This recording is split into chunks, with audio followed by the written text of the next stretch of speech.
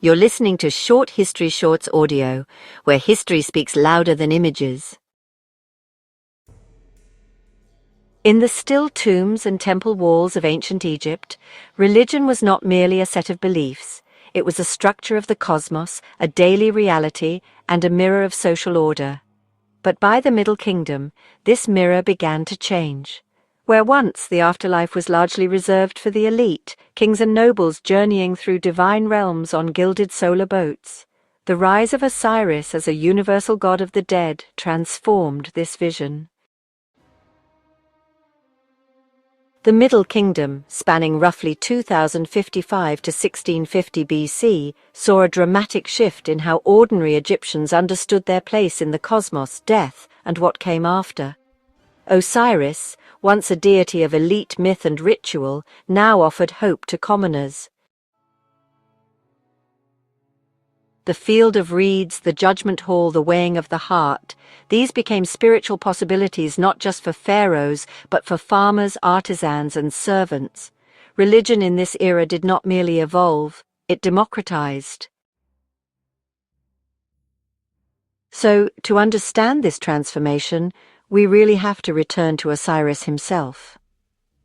Originally a god of fertility and vegetation, Osiris became central to Egyptian mythology through his dramatic death and resurrection at the hands of his brother, Set.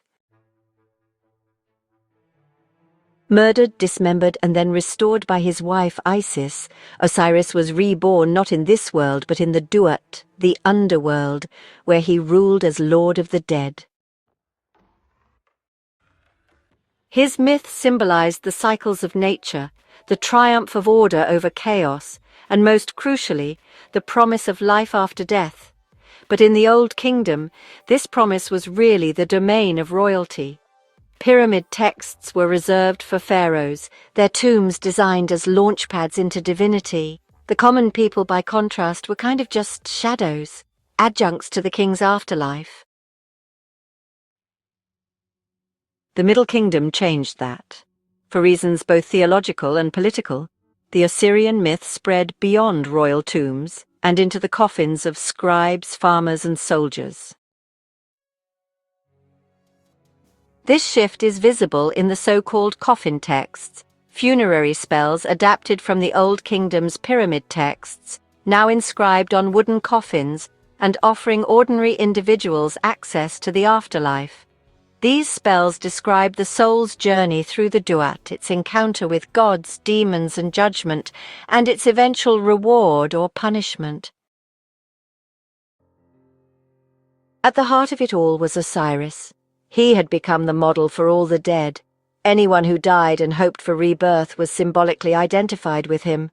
To die was to become Osiris. This theological evolution did more than expand access to the afterlife. It actually restructured moral thought. The judgment of the dead, with Osiris presiding in the Hall of Two Truths, placed ethics right at the center of the cosmic order. The weighing of the heart, measured against the feather of Ma'at, the principle of truth and balance, meant that personal conduct now had eternal consequences. This wasn't about noble blood or royal lineage, it was about right action, humility, and reverence for the gods. The famous negative confessions, in which the deceased declared what they had not done, "I have not stolen, I have not killed, I have not lied," suggest a growing moral framework that extended far beyond temple rituals. Osiris's rise also reshaped religious practice. New festivals, particularly the Koyak celebrations, honored his death and resurrection through public processions and agricultural symbolism. His myth was reenacted in temple courtyards, his statue buried and reborn in sacred soil, mirroring the rhythms of the Nile and the sowing of crops. This fusion of myth and season gave common Egyptians a visceral, recurring connection to the divine. Osiris was no longer a distant deity of royal rites, he was a presence in village ceremonies, temple offerings, and personal prayers. He symbolized hope in a world fraught with hardship. The religious reforms of the Middle Kingdom were also tied to politics. Pharaohs of the 11th and 12th dynasties, especially Mentuhotep II and Senusret III, used religious ideology to centralize authority and unify Egypt after periods of fragmentation. By championing Osiris and standardizing funerary practices, they bound the populace together under a shared spiritual vision. Temples to Osiris expanded, including at Abydos, his cult center, which became a national pilgrimage site. Burial near Osiris's tomb was believed to guarantee proximity to divine resurrection. Kings, nobles, and commoners alike desired this sacred closeness. The Middle Kingdom thus saw an intensification of Osiris's cult, making him not just a god of the dead, but the god of all the dead. Amidst this change, older deities remained. Ra still traveled across the sky in his solar bark. Anubis still guided the dead. Ma'at still weighed hearts. But it was Osiris who now stood at the center of the afterlife, a judge, a symbol, a promise. His widespread worship democratized spirituality in a deeply hierarchical society. It offered comfort to those who labored, assurance to those who mourned, and purpose to those who feared oblivion.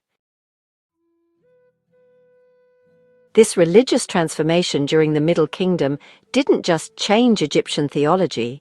It laid the groundwork for the New Kingdom's grand temples, elaborate tombs, and Book of the Dead. The idea that every soul had a journey, that death was a gateway, and that the gods judged all equally would echo across millennia. Osiris, crowned in white and wrapped in linen, had risen from myth to universal truth, and in doing so, he reshaped eternity for an entire civilization.